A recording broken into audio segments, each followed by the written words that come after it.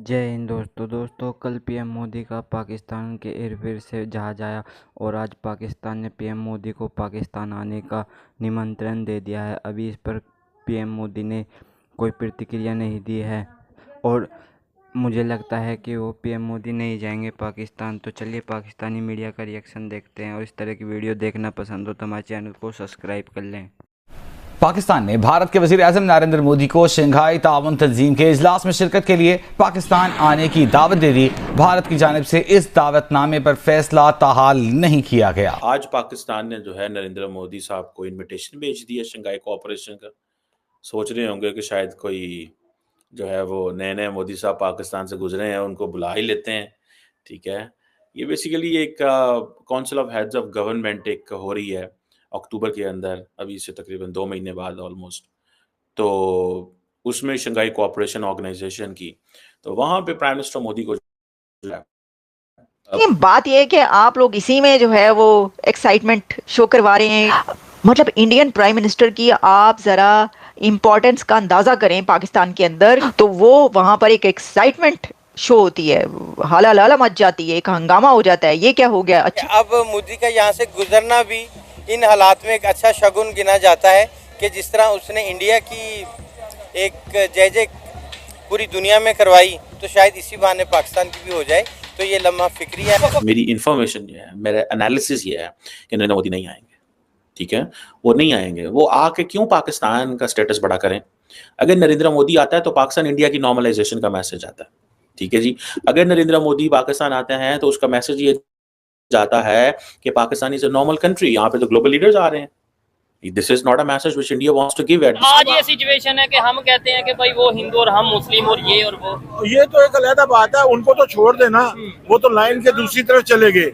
इधर तो हम आपस में एक दूसरे के काफिर कह रहे हैं। ऐसे ही है। तो हम इनसे बात नहीं करना चाहते, ये दहशतगर्दी स्पॉन्सर का, ये जो एक इंडिया का एक पॉलिटिकल एंड डिप्लोमेटिक नैरेटिव है जो इंडिया ने for a long period of time अपने घर में बना के रखा हुआ। And for many of you don't understand. And कल ही नरेंद्र मोदी का जहाज पाकिस्तान की फजाई हदूद से गुजरा।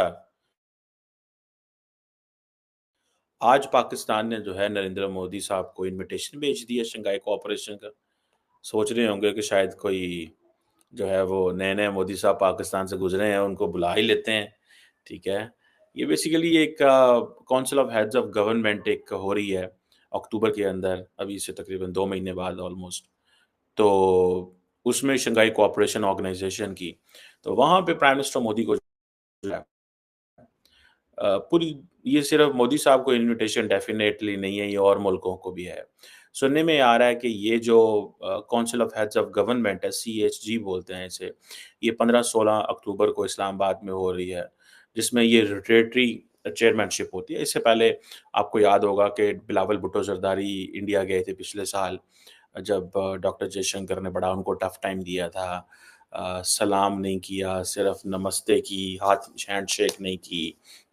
आगे से बिलावल ने भी वो कर दिया, सलाम ऐसे कर दिया। हालाँकि एक तो इंडियन ये करते हैं हर जगह ये, लेकिन बिलावल जिस प्रोविंस सिंध से है वहाँ पे भी ऐसे ही होता है। मतलब they do it this way and they do in humility कि हम छोटे हैं, आप बड़े हैं। This is way of doing it.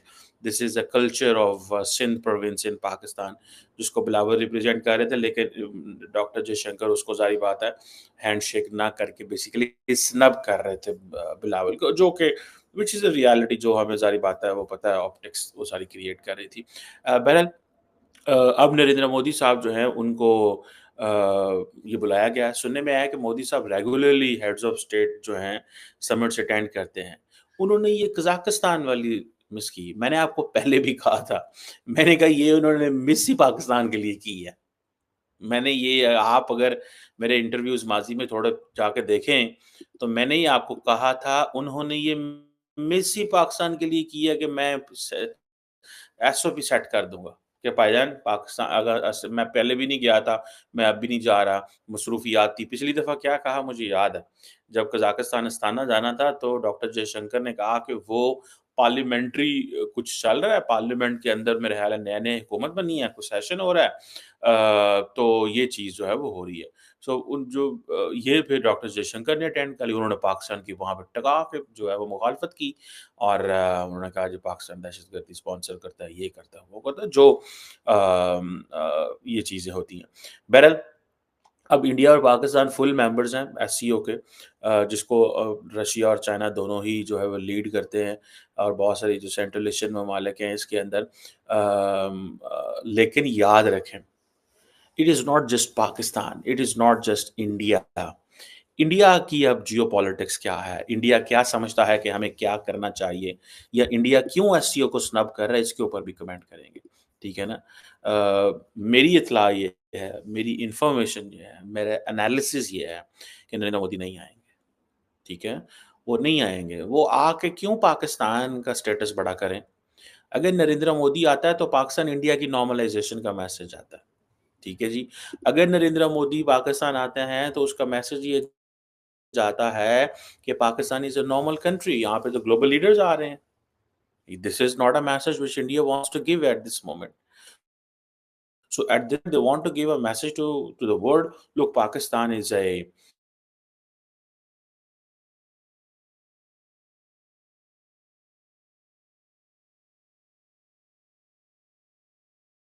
آنا نہیں چاہیے, تو ہم ان سے بات نہیں کرنا چاہتے, یہ دہشت گردی اسپانسر کا, یہ جو ایک انڈیا کا ایک پولیٹیکل اینڈ ڈپلومیٹک نیریٹو ہے جو انڈیا نے for long period of time اپنے گھر میں بنا کے رکھا ہوا. And for many of you don't understand, and they do, and many of you do understand, India considers کہ Pakistan is a domestic issue.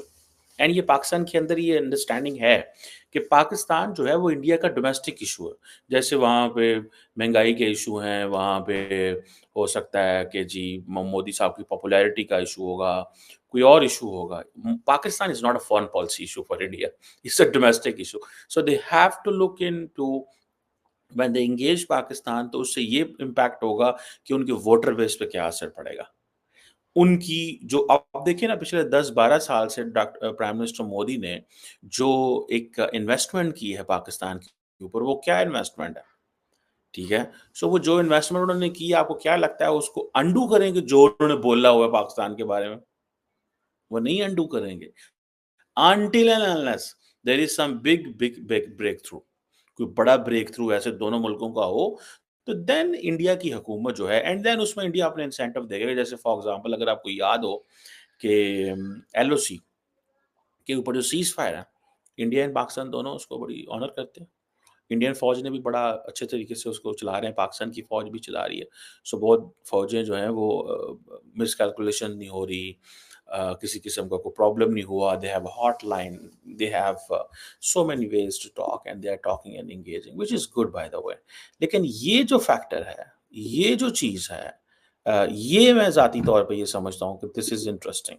میرے لیے یہ بہت زیادہ ایک انٹرسٹنگ چیز ہے, اور مجھے ایسے لگتا ہے what I feel and what I find is کہ جو نریندر مودی ہیں وہ اس چیز کو لے کر کے چلیں گے کہ جو انہوں نے آلریڈی کیا ہوا ہے, جو انویسٹمنٹس انہوں نے کی ہوئی ہیں پاکستان کے اوپر, وہ یہی ہے, انہوں نے چھڑنا نہیں, پھاڑ لو کر دینی ہے انہوں نے. ٹھیک ہے جی.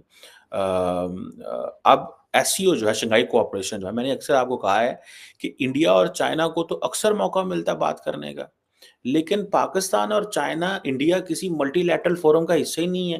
انڈیا نے سارک کو ختم کر دیا, ڈس فنکشنل کر دیا, ایس سی او رہ گیا. ایس سی او میں انڈیا اب کیا کرتا ہے؟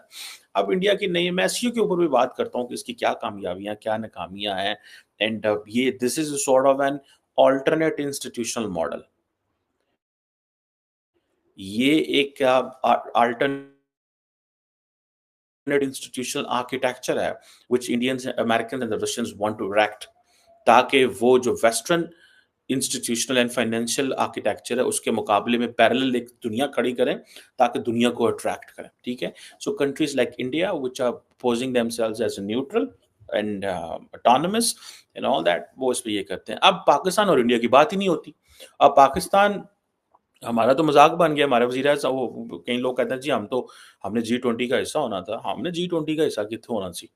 ٹھیک ہے, ہم نے اکانومی دیکھیں, G20 کا حصہ ہونے کے لیے پہلے وہاں پہ کچھ چیزیں ہوتی ہیں. G20 کا حصہ بننے کے لیے آنریری بیسس پہ نہیں بنتا کہ تسی بن جاؤ خیر ہی.